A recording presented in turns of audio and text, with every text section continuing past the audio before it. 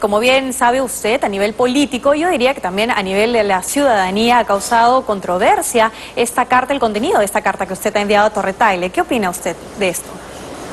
Yo creo que usted es muy conmigo. En realidad, más que una polémica, hay una unanimidad contra mí, porque creo que el grueso de las personas que se han pronunciado no han leído mi carta, y mucha de la gente que está escuchando esas opiniones por radio y por televisión tampoco ha tenido ocasión de leer la carta.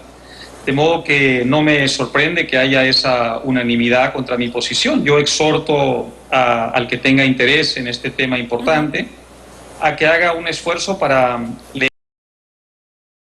Lamentablemente, yo he pedido a un importante periódico peruano con el que tengo una magnífica relación, que es el Diario de la República, que reproduzca en su integridad el día de mañana la carta para que el pueblo peruano pueda juzgarla en función de su contenido y no de lo que dicen otras personas que yo digo, pero en absoluto, por supuesto, y muy legítimo uso de su derecho, el diario ha decidido no publicarla, no tiene ninguna obligación de hacerlo, es un diario con el que no tengo una vinculación contractual de ningún tipo, y eso lo que significa es que la única manera de acceder a su contenido es por internet, para que la gente pueda pues juzgar de una manera directa la reflexión que yo he hecho sobre un tema tan importante como este, desde un sentimiento de profunda lealtad a mi país. Claro, precisamente podríamos aprovechar las pantallas entonces de nuestro programa para aquellas personas, ciudadanos, sobre todo televidentes, que no han tenido acceso a este documento y que probablemente no tienen internet como para poder leer el documento completo. Entonces, ¿qué es lo que usted persigue con la publicación de esta carta? ¿O qué es lo que usted ha tratado de transmitir con la misma? ¿Cómo no? Se lo digo con todo gusto. Yo he hecho una reflexión en voz alta a través de la siguiente estructura y forma. He dirigido una carta pública a la Cancillería peruana, a Torre Tagle, exhortándola a cambiar de mentalidad. He dicho que a lo largo de los años ha prevalecido en esa importante institución por la que tengo el más profundo de los respetos, una cierta mentalidad, una mentalidad que yo describiría como del siglo XIX, que ponía el énfasis en tratar de resolver los, desde luego, muy importantes y trascendentales asuntos limítrofes con los países vecinos.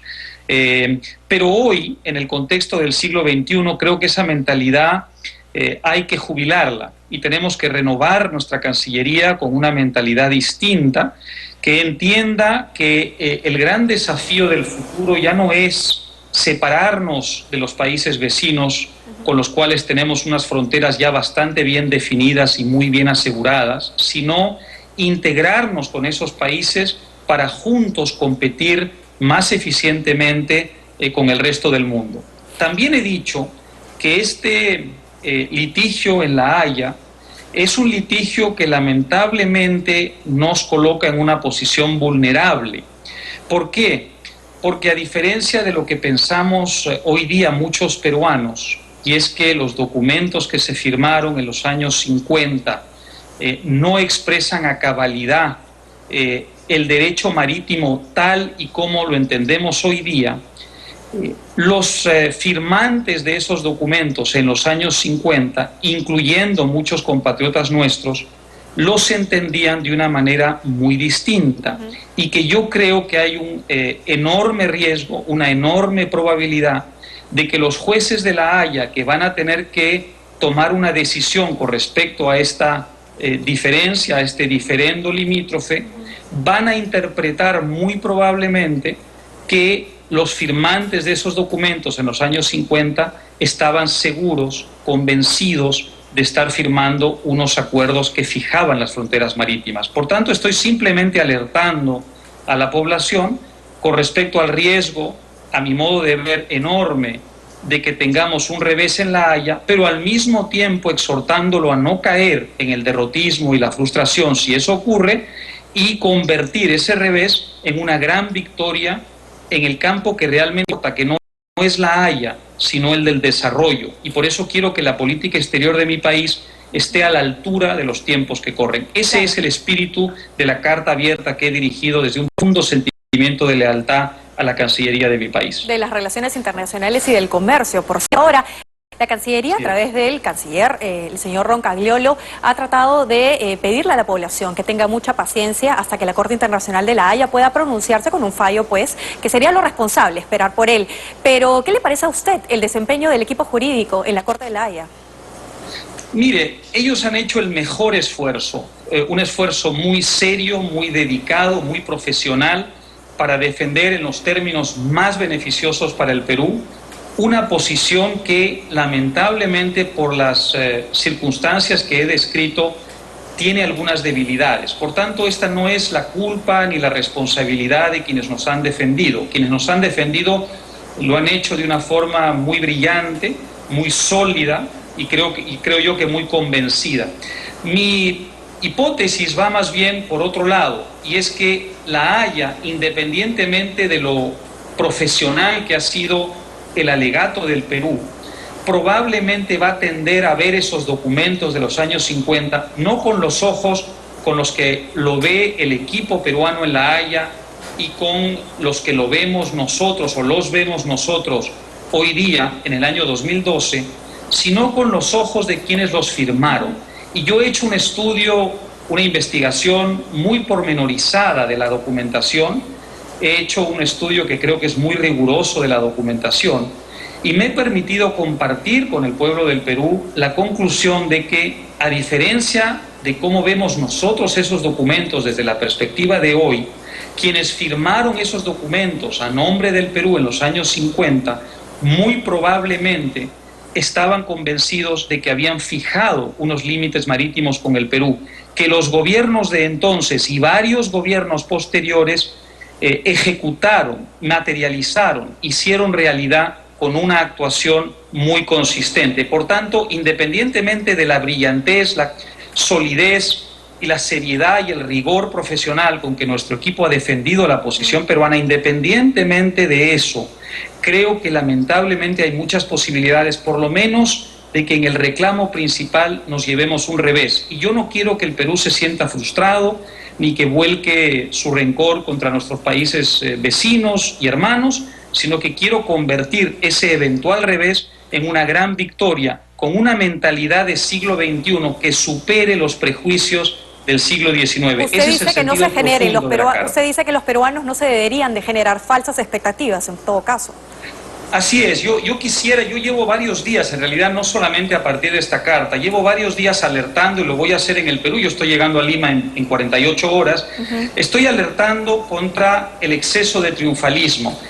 Hay que tener en cuenta las proporciones reales de lo que está en juego en La Haya. No está en juego en La Haya la prosperidad del Perú, la integridad física de la República, no está en juego ni siquiera el prestigio del Perú como república. Está en juego un diferendo que hemos llevado civilizadamente a La Haya, pero que corremos el riesgo de que provoque o produzca una decisión adversa, una decisión contraria a nuestra posición oficial. Por tanto, creo que hay que plantearnos la posibilidad de tener que hacer frente a ese revés desde un punto de vista, a mi modo de ver, constructivo.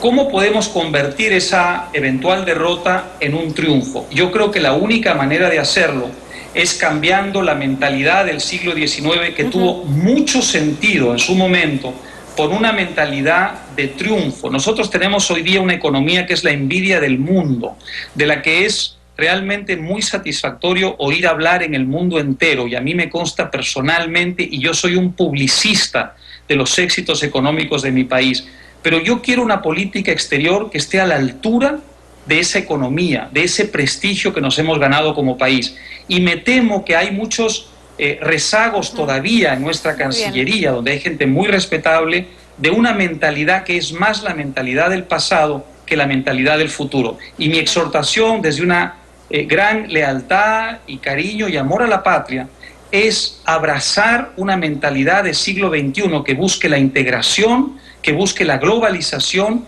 y que busque dejar atrás unos pruritos, unos prejuicios que seguramente fueron muy justificados en el pasado y que hoy carecen de todo sentido si lo que queremos es la prosperidad y el éxito del Perú como país. Don Álvaro, le tengo que hacer una última pregunta y esperando de usted también una respuesta corta. Sí. ¿Qué le diría a todas las personas que lo consideran a usted un poco más internacional que nacional, que la mitad de su corazoncito probablemente es más chilena o un gran porcentaje de su corazoncito es más chileno que peruano? ¿Qué le respondería a las personas? Yo le respondería que la mejor manera de mostrar mi lealtad al Perú es decirles siempre la verdad. No es la primera vez que me encuentro en una situación en la que en un primer momento, en el corto plazo, lo que digo es incomprendido, pero la experiencia, las canas que tengo, los 46 años que pesan sobre mis hombros, me indican que a mediano plazo y a largo plazo el tiempo pone las cosas en su sitio, ¿no? Yo recuerdo mucho, por ejemplo, cuando yo defendí al entonces candidato Ollanta Humala en la segunda vuelta, el odio, la ira, la animadversión que desperté en un sector importante de las clases altas de mi país. Y yo les dije a todos ellos, les hice una apuesta en realidad con algo de humor, les dije, yo les apuesto que en pocos meses ustedes van a estar elogiando al presidente Humala, si gana las elecciones el entonces candidato, de un modo mucho más ditirámbico y entusiasta que yo mismo. Y eso es exactamente lo que pasó. En las encuestas hoy día, el sector A y B es el que más apuesta por el presidente, ¿sí? Incluso mucho más que el sector C, D y E. Bueno, yo le hago una nueva apuesta a mi país. ¿Y cuál sería? Todos los que me están insultando hoy día por la televisión y la radio, dentro de algunos meses, una vez que sepamos el fallo, y estoy bastante seguro de que ese fallo va a ir en la dirección en la que yo he dicho, van a estar pidiéndole al Perú una mayor integración con Chile, unas mejores relaciones con Chile y conquistar el futuro. Pero y yo en ese momento, en lugar de una jactancia infantil y tonta y pueril, lo que voy a expresar es una gran satisfacción por saber que mi país está por fin dejando atrás la mentalidad del siglo XIX y abrazando la única mentalidad que se justifica en el siglo XXI, que es la mentalidad del futuro.